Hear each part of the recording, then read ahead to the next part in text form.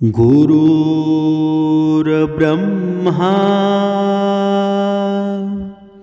गुरुर्विष्णू गुरुर्देव महेश्वरा सद्गुरु साक्षात परब्रह्मा तस्मै श्री सद्गुरुवे नमः। जय जय रघुवीर समर्थ श्रीराम समर्थ। ओम श्री गुरु दत्तात्रेय श्रीपाद श्री वल्लभाय नमः। सद्गुरु चरणांना नतमस्तक होऊन आपण या निरूपणास सुरुवात करूया। मायबाप सज्जनांचं स्वागत आहे। समर्थ सांगत आहे की आजच्या या दुनियेमध्ये प्रत्येक आई वडील खुश आहे का? प्रत्येक माता पित्याच्या चेहऱ्यावर आनंद राहिला आहे का? बघा, एक काळ होता पूर्वीच्या काळी, बघा, आईवडिलांच्या आज्ञेनं सर्व काही घरामध्ये चालायचं। जो बाप बोलायचा तेच सर्व काही व्हायचं। पण आत्ताची अवस्था तशी राहिली आहे का? बघा, असं म्हणतात की माणसं खेड्यामधून शहरामध्ये गेली आणि त्यांना कुठून अक्कल आली ते समजलंच नाही। म्हणजेच काय? बघा, माणूस जेव्हा खेड्यामध्ये असतो ना, ती संस्कृती जपून ठेवतो। त्या संस्कृतीला जपण्यासाठी बघा शेती करतो, सर्व सण साजरे करतो। आणि मग हा खेड्यातला माणूस असतो तो नोकरी धंद्यासाठी शहरामध्ये जातो। बघा, तसं जीवन कसं चेंज होत जातं।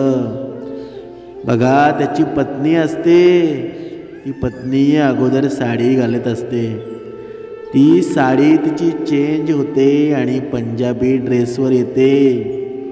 बघा, आणि नंतर बघा कसे कसे बदल होत जातात बघा। पण हे बदल मात्र स्वतःच करतो ना आपण। बघा, पुरुषांचे कपडे मात्र आहेत तसेच आहेत, पण स्त्रीचे कपडे कमी होत चाललेले आहेत। याचं कारण काय बरं?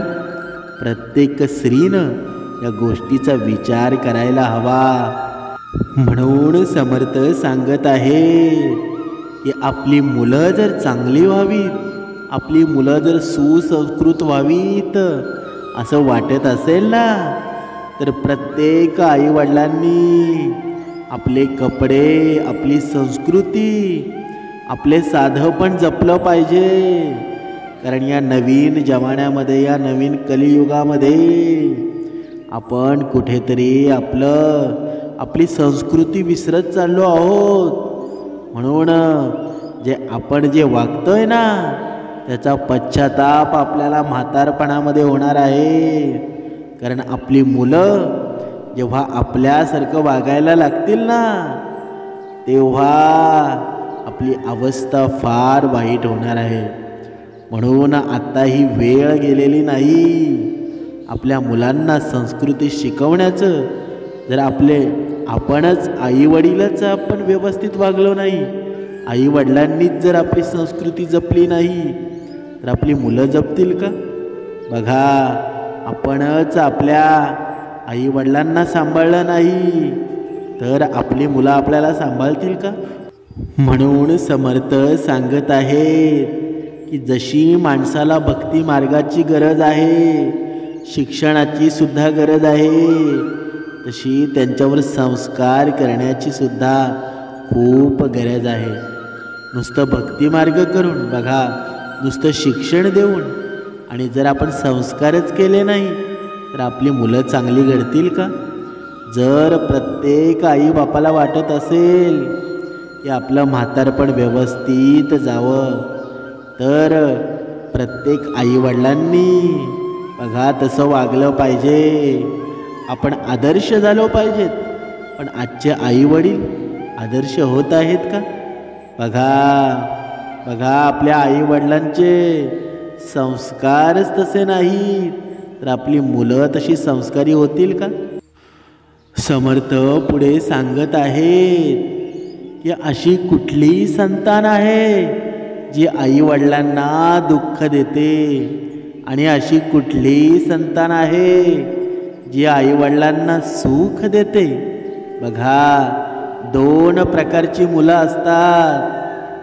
का एक मुलगा असतो तो आई वडिलांसाठी काहीही करायला तयार असतो, आणि दुसरा मुलगा असतो तो आई वडिलांना बघा दुःखच देत असतो. मग अशी संतान जन्माला येऊन आई वडिलांचा उद्धार होईल का? तर बघा, जर तुम्ही या 3 गोष्टी व्यवस्थित समजून घेतल्या ना, तर तुम्हाला म्हातारपणामध्ये पश्चाताप करण्याची वेळ येणार नाही. समर्थ सांगत आहेत की ही कथा आहे, ही कथा तुम्हाला विचार करायला नक्कीच लावणार आहे की एखादा मुलगा असं सुद्धा करू शकतो का? बघा, ही काय नवीन गोष्ट नाही. आजकाल तुम्हाला असे अनेक मुलं पाहायला मिळतील ज्यांनी स्वतःच्या आय्याशीसाठी आई वडिलांना रस्त्यावर सोडून दिला आहे. परदेशात बोलावून घेऊन गेले की आम्ही तुमची तिकडे काळजी घेऊ, परंतु तिकडे त्यांना भीक मागण्यासाठी रस्त्यावर सोडून दिलं. ही दुनिया अशा हजारांची घटनांनी भरलेली आहे जिथे लोकांनी मुलगा आणि वडिलांच्या नात्याला कलंक लावलेला आहे. विचार करून सुद्धा घृणा येते की आई वडील अशा मुलांना जन्मच का देतात? बघा, अशीच एक कथा आहे. बघा, रामभाऊ नावाच्या एका माणसाची, जो आता म्हातारा झाला होता, शरीरावर सुरकुत्या पडल्या होत्या. त्यांची पत्नी काही वर्षापूर्वीच त्यांचा साथ सोडून गेली होती. म्हाताऱ्या रामभाऊला 4 मुलं होती. चौघांचेही लग्न झालं होतं. म्हातारपणात रामभाऊला फक्त त्याच्या मुलांचा आसरा होता. त्याला 4 मुलं असल्यामुळं काळजी नव्हती. तो विचार करायचा की मला 4 मुलं आहेत, मग मला फिकीर कोणत्या गोष्टीची नाही. चौघांपैकी एक तरी मुलगा माझा काळजी नक्कीच घेईल. आणि याच आशेने रामभाऊ त्याच्या मुलांसोबत राहत होते. परंतु त्यांची मुलं आणि सूनबाई त्यांच्यासोबत असं वागतील याचा त्यांनी कधी विचारसुद्धा केला नव्हता. रामभाऊंच्या मुलांनी त्यांच्या 4 पायीला बघा एका कोपऱ्यामध्ये ठेवलं होतं, आणि म्हातारे वडील त्या 4 पायीवर बसून घरात येणाऱ्या जाणाऱ्यांना पाहत असायचे. घरातील कुठलाही सदस्य त्यांच्यासोबत नीट बोलत नसे. जेव्हा कधी रामभाऊ कोणाला औषध आणायला सांगायचे तेव्हा ते त्यांना उलट सुलट काहीही उत्तर द्यायचे, कारण तो आता म्हातारा झाला होता. म्हातारपणावर लोक का इतका तिरस्कार करतात माहीत नाही. लोक हे विसरतात की काही दिवसांचीच तर गोष्ट आहे, तुम्हाला सुद्धा त्याच अवस्थेमध्ये यायचं आहे. आजचा या कलियुगातला मानव आहे ना, हे सुद्धा विसरून जातो की हा म्हातारा आज झाला आहे, परंतु एक वेळ अशी होती की जेव्हा हा सुद्धा तरुण होता. वेळेच्या चक्राने याला आज या अवस्थेमध्ये आणलं आहे. तुम्ही काळजी करू नका, कारण तुमचा सुद्धा नंबर येणार आहे. म्हणून कुठल्याही म्हाताऱ्याची मस्करी करू नये. समर्थ सांगत आहे, वृद्धाची इज्जत करायला शिका. कारण एके दिवशी म्हातारे वडील 4 पायीवर बसले होते आणि किचनमध्ये जेवण शिजवलं जात होतं. वडिलांनी आवाज दिला, अरे मोहन, जर जेवायला झाला असेल तर मला जेवायला दे. मला खूपच भूक लागली आहे बघा.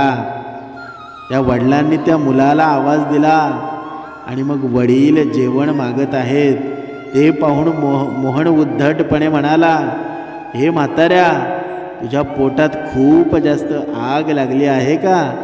अजूनपर्यंत आम्ही कोणीच काही खाल्लं नाही. सर्वात आधी आम्ही खाऊ आणि त्यानंतर तुला आम्ही जेवण देऊ. तुला तर नेहमीच भूक लागलेली असते, काम तर करायचं काहीच माहीत नाही आणि खायला सर्वात आधी पाहिजे. बघा, मुलांचं असं उत्तर ऐकून म्हातारे वडील शांत बसले. ते विचार करू लागले, किती अंतर असतो मुलगा आणि वडिलांमध्ये. वडील कधीही त्यांच्या मुलांना सोडून पहिलं खात नाहीत आणि मुलांनी खाल्ल्यानंतर त्यांची भूक भागून जायची. बघा, वडिलांचं आणि मुलांचं अंतर किती श्रेष्ठ सांगितलेलं आहे. म्हणून बाजारातून कोणतीही वस्तू आणली की सर्वात प्रथम मुलांना द्यायची आणि जेव्हा पत्नी जेवण वाढवून आणायची ना, तेव्हा सर्वात पहिलं हेच विचारायचं की मुलं जेवली का, मुलं जेवली की नाही. जेव्हा ती म्हणायची की मुलं जेवली आहेत, तेव्हाच त्याला पूर्ण संतुष्ट वाटायचं आणि त्यानंतर तो जेवायचा. परंतु आजची परिस्थिती बघा, या म्हातारपणामुळं वडील परावलंबी झाले आहेत. तेव्हा त्यांची मुलं एक दिवससुद्धा त्यांच्या आधी त्यांच्या वडिलांना जेवायला देत नाहीत. मुलं किती बदलून जातात बघा. रामभाऊंच्या घरात हीच परिस्थिती चालू होती. जेव्हा सर्व लोक जेवायची, त्यानंतर रामभाऊंना जेवण दिलं जायचं. घरामध्ये नातवंड सुनबाई सर्वजण होते, परंतु कोणीही त्यांच्याशी प्रेमाने बोलायचं नाही. सर्वजण त्यांना सारखे उद्धट आणि उलट सरळ बोलायचे. सर्वजण त्यांच्यापासून लांब लांब राहायचे. कोणीही त्यांच्याजवळ बसून त्यांच्याशी दोन गोष्टी मारू इच्छित नव्हता, बोलू इच्छित नव्हता. हे म्हातारपणसुद्धा किती कठोर गोष्ट आहे ना. कोणीही त्यांच्या जवळ यायला मागत नाही. सर्वजण लांब लांब पळत असतात. रामभाऊने त्याचा सर्व कारभार त्याच्या मुलांच्या हवाले केला होता. घर आणि जमीनसुद्धा मुलांनी गोड गोड बोलवून त्यांच्या नावावर करून घेतली होती आणि रामभाऊला दिलासा देऊन मुलांनी त्यांची काही दिवस तर खूप चांगल्या प्रकारे सेवा मात्र केली. खोटं प्रेम दाखवलं. म्हाताऱ्या वडिलांना वाटलं की त्याचा परिवार याच प्रकारे त्यांची सेवा करत राहील आणि म्हणूनच त्याने घर आणि जमीन त्यांच्या मुलांच्या नावावर केली. बघा, माणूस इथेच चुकतो. हा मोठा काळ असतो आणि हा मोठा प्रसंग असतो. माणूस इथेच भूल करतो आणि खोट्या प्रेमाला बोलून स्वतःचे सर्व हात रिकामे करून टाकतो आणि जेव्हा त्याला खरंच गरज असते ना, तेव्हा त्याचे हात रिकामे असतात आणि मग अशा वेळी त्याला लोकांकडे भीक मागावी लागते. बघा, आचार्य चाणक्याने सुंदरपणे सांगितलेलं आहे की मनुष्याला त्यांच्या सुरक्षेसाठी धनाची रक्षा करत राहायला पाहिजे. कारण धनापेक्षा जास्त पत्नीची आणि पत्नीपेक्षा जास्त स्वतःची रक्षा करत राहायला पाहिजे. कारण म्हातारपणामध्ये त्याला संकटसुद्धा राहायला लागू शकतं. बघा, म्हातारपणामध्ये त्याला एकटंसुद्धा राहायला लागू शकतं. आणि हेच हाल त्या म्हाताऱ्या वडिलांचे रामभाऊंचे झाले होते. मुलं आणि सूनबाई मिळून त्यांच्यावर अत्याचार करायचे आणि त्यांना सर्व काही गुपचूप सहन करावं लागायचं. त्यांना त्यांची अवस्था तर समजायचीच, परंतु ते काहीच करू शकत नव्हते. कारण म्हातारपण दिवसेंदिवस वाढत होतं.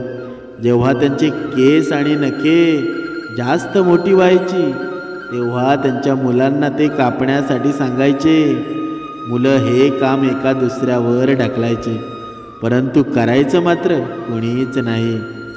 कसं बसं रामभाऊ त्यांचे नख कापायचे. मुलांची ही अशी वाईट वागणूक पाहून रामभाऊंच्या डोळ्यात पाणी यायचं. तो देवाकडे सतत त्याचा मृत्यू मागत असायचे.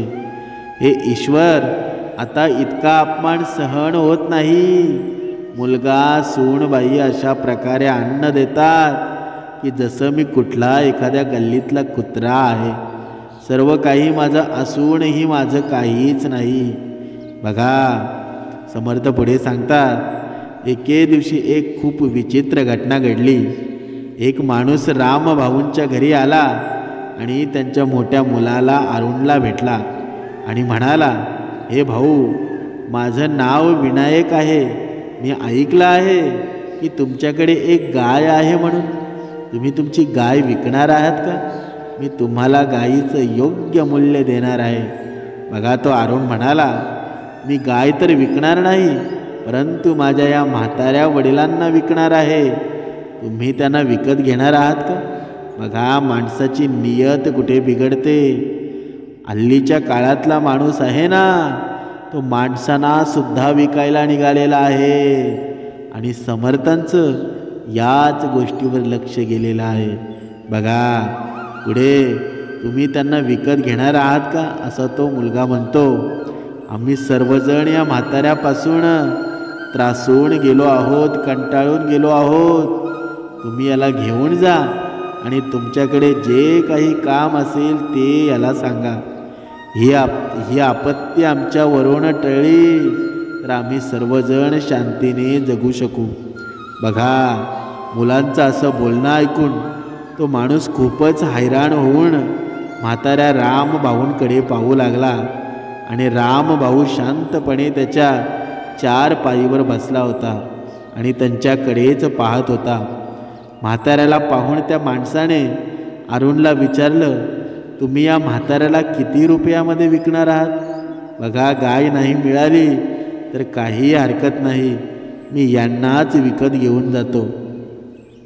हे ऐकून रामभाऊंचा मोठा मुलगा अरुण हैराण झाला.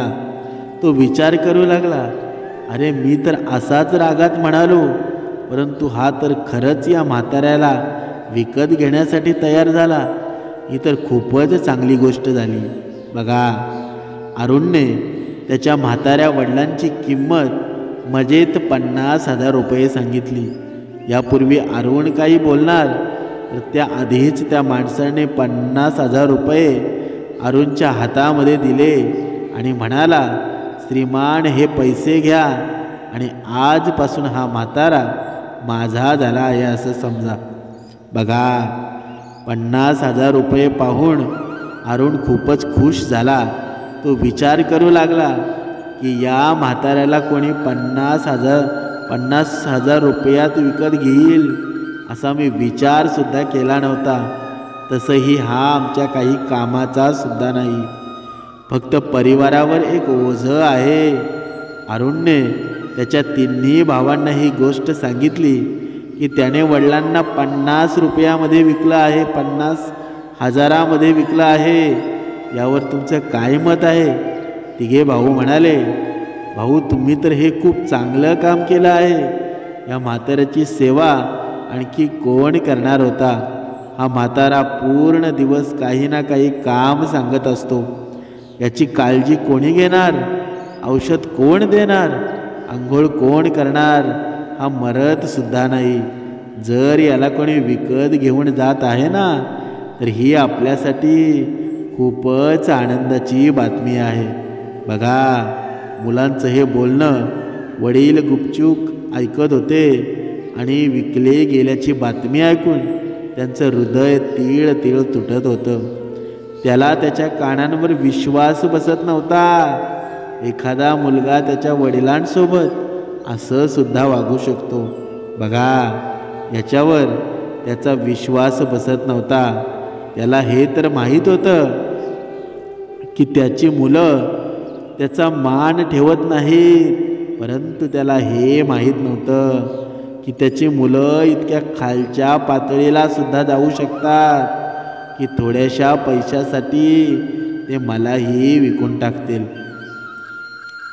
राम भाऊ आता पूर्णपणे त्यांच्या मुलांसाठी मेले होते. यापूर्वी की त्याची मुलं त्या माणसाला म्हणतील की तुम्ही याला घेऊन जा. यापूर्वीच राम भाऊने त्यांचे कपडे एका पिशवीत भरले आणि त्या माणसासोबत जाऊ लागला. राम भाऊ विनायकला म्हणाला, चल मुला, मला घेऊन चल.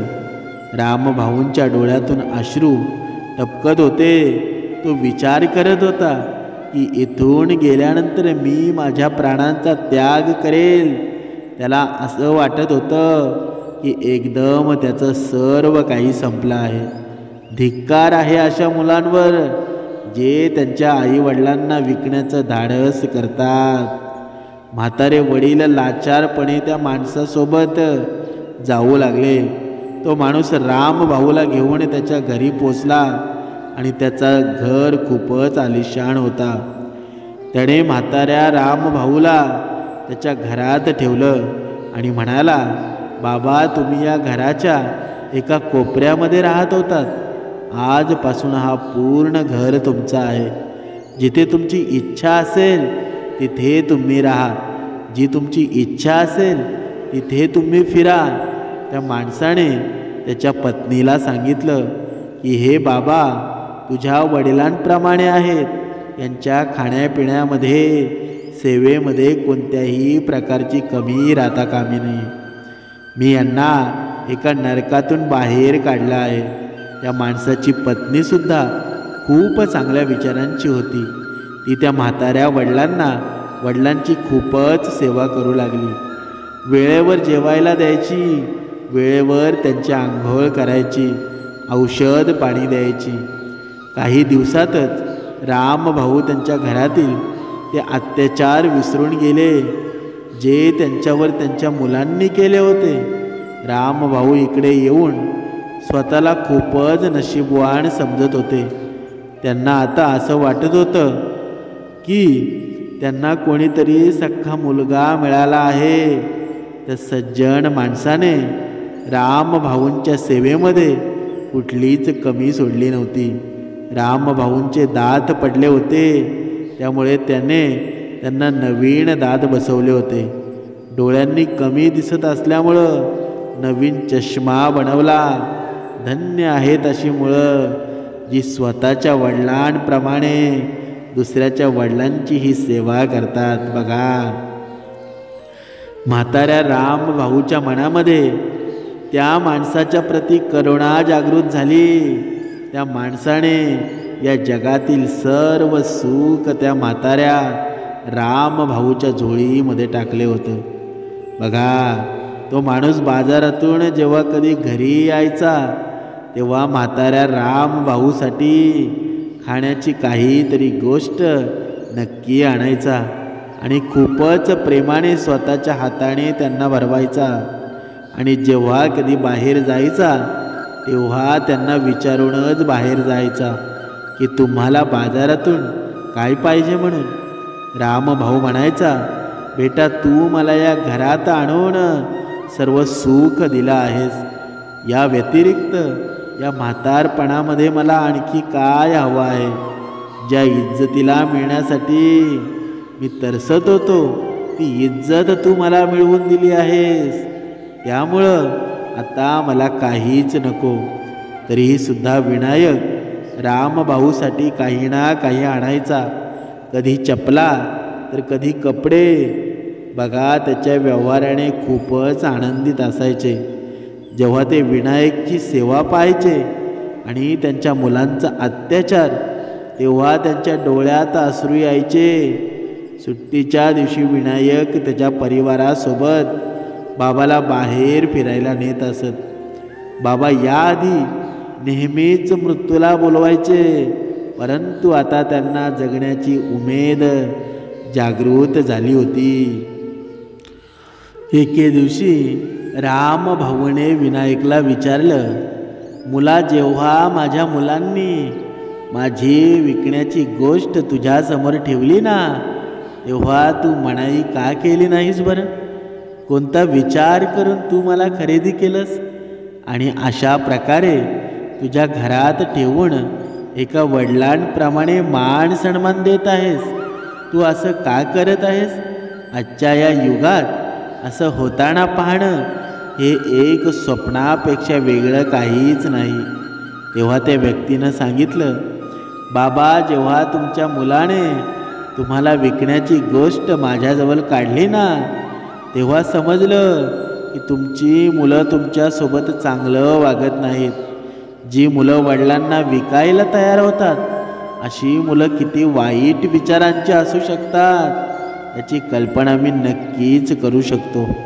आणि म्हणूनच मी विचार केला की मी तुम्हाला त्या नरकातून बाहेर काढेल. मला वडिलांचे महत्त्व माहीत आहे. लहानपणीच मी माझ्या वडिलांना गमावून बसलो. त्यांच्या जाण्यानंतर मी पूर्णपणे एकटाच पडलो होतो. वडिलांविना मुलांचं काय जीवन असतं हे मला चांगलंच माहीत आहे. वडील हे मुलांचं सुरक्षा कवच असतात. वडील जिवंत असताना ते त्यांच्या मुलांवर कधीच कोणत्याही प्रकारचं दुःख येऊ देत नाहीत. वडील असताना मुलांना कोणत्याही प्रकारचं ओझं वाटत नाही. मला हे कदापि पाहवत नव्हतं की मी एक वडील या कलियुगामध्ये मुलांच्या अत्याचारांमध्ये त्रस्त होऊन जावेत आणि सर्व वडिलांचा त्यांच्या मुलांवरून विश्वास उडून जावा. मला हे दाखवून द्यायचं होतं की या जगामध्ये अशी सुद्धा मुलं आहेत ज्यांच्यावर वडिलांना अभिमान असतो. मुलगा हा वडिलांचा दुसरा जन्म असतो आणि ज्या मुलाला त्याच्या वडिलांची अजिबात किंमत नसते ना, अशा मुलांचं जीवन व्यर्थ आहे. बघा, असा मुलगा असण्यापेक्षा निपुत्रिक असलेलंच केव्हाही चांगलं. आणि म्हणूनच हा विश्वास उडून जावा असं मला वाटत नव्हतं. वडिलांची हीच इच्छा असते की त्यांच्या उतार वयामध्ये त्यांच्या मुलाने त्यांचा आसरा बनवा आणि मी आधार देऊन तुमची ही इच्छा पूर्ण करणार आहे. त्या मुलांचं बोलणं ऐकून राम भाऊ भावूक झाले आणि माझ्या पोरा असं म्हणत त्याला मिठी मारली. बघा, अशा प्रकारे राम भाऊ त्यांचं उरलेलं आयुष्य आनंदाने विनायकच्या घरी व्यतीत करू लागले. एका वडिलांची इच्छा पूर्ण झाली आणि त्या नालायक मुलांचं काय होईल हे तर त्यांना म्हातारं झाल्यावरच नक्कीच कळणार आहे. जेव्हा त्यांचा मुलगा त्यांच्यासोबत त्याचप्रमाणे वागेल त्याप्रमाणे ते त्यांच्या वडिलांसोबत वागले आहेत. बघा, जर तुम्हालाही असं वाटत असेल ना की तुमची मुलं तुमच्यासोबत वाईट व्यवहार करू नयेत, तर लक्षात ठेवा, या 3 गोष्टी तरुणपणापासून आचरणात आणायला सुरुवात करा. पहिली गोष्ट, तुमच्या मुलाला संस्काराने, धर्माने, आस्थेने जोडून ठेवा. दुसरी गोष्ट, कितीही संस्कारी संतान असू द्या, परंतु त्यांच्यावर पूर्णपणे अवलंबून राहण्याची चूक मात्र करू नका. तिसरी गोष्ट, आपली आयुष्याची सर्व जमापुंजी जिवंत असताना मुलांच्या स्वाधीन कधीच करू नका. समर्थ सांगत आहेत, या कथेचं तात्पर्य काय? तर बघा, मनुष्याच्या जीवनामध्ये एवढं दुःख आहे ना, आणि ह्या दुःखाचं कारण मात्र मनुष्य स्वतः असतो. जेव्हा तारुण्यामध्ये असतो तेव्हा बघा, मुलांना शिक्षण मात्र देतो, पण संस्कार कोण देईल? बघा, जिथे धर्म शिकवला गेला पाहिजे तिथे धन कसं कमवायचं ते शिकवलं जातं. तर आपली मुलं सुसंस्कारी होतील का? बघा, दुसरी गोष्ट, कितीही संस्कारी मुलं असू द्या, प्रत्येक आईवडिलांना वाटत असतं की आपलं मूल आहे ना, आपल्याला शेवटपर्यंत सांभाळील. पण कितीही चांगलं मूल असू द्या, तरीही त्याच्यावर पूर्णपणे अवलंबून राहणं ही आईबापाची सर्वात मोठी चुकी आहे. म्हणून आपली काही जमापुंजी असेल ना, आपलं काही धन असेल, ते मुलांच्या स्वाधीन करू नका. कारण कधी याचं मन पलटेल आणि कधी मन याचं प्रवृत्त होऊन कधी व्यसनाधीन होईल ना, सांगता येणार नाही.